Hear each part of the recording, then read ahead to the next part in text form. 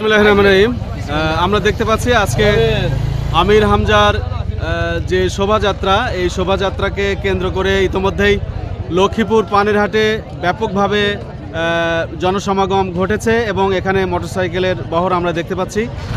আমাদের আবদালপুর ইউনিয়ন থেকে বিভিন্ন ওয়ার্ড থেকে আমরা দেখতে পাচ্ছি যে ব্যাপক হারে এখানে মোটরসাইকেল ইতোমধ্যেই জড়ো হয়েছে। তারা মুফতি আমির হামজার যে নির্বাচনী যে পথসভা, সেই পথসভায় তারা অংশগ্রহণ করবে। আজকের যে শোডাউন, সেই শোডাউনে তারা অংশগ্রহণ করবে। তো আমরা এর আগে জানি যে কোনো শোডাউনে অংশগ্রহণ করার পূর্বে নেতারা বিশেষ করে তারা বিরিয়ানির প্যাকেট দেয় এবং তেলের খরচ দেয়। তো এই ব্যাপারে আপনারা কি বিরিয়ানির কোনো প্যাকেট বা তেলের খরচ এভাবে কোনো সংগঠন কি আপনাদেরকে দিচ্ছে, নাকি আপনারা নিজস্ব ইয়েতে আপনারা এটা করছেন, যদি জানান? আউযুবিল্লাহি মিনাশ শাইতানির রাজিম। বিসমিল্লাহির রহমানির রহিম।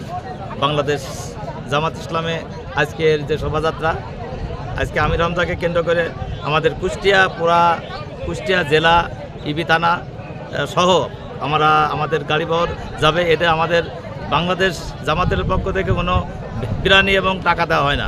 এরা যার খরচ, নিজ খরচ, এটা আল্লাহর জমিন, আল্লাহর দিন বাস্তবায়নের জন্য, কায়েম করার জন্য এরা চেষ্টা করে। তাই আমরা সবাই মিলে আমরা এই বাস্তবায়ন করার চেষ্টা করি। জি আলহামদুলিল্লাহ।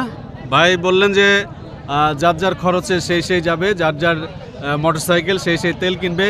তাহলে এটা বোঝা যাচ্ছে যে একমাত্র আল্লাহর সন্তুষ্টি অর্জনের উদ্দেশ্যেই আজকে বাংলাদেশ জামাত ইসলামী তাদের নিজের পকেট থেকে খরচ করছে। আল্লাহ তাআলা তৌফিক দান করুক যাতে করে অবিলম্বে এই জমিনে আল্লাহর দ্বীন প্রতিষ্ঠিত হয়, আল্লাহর কোরআন এই জমিনে প্রতিষ্ঠিত হয়। সকলে বলি আমিন।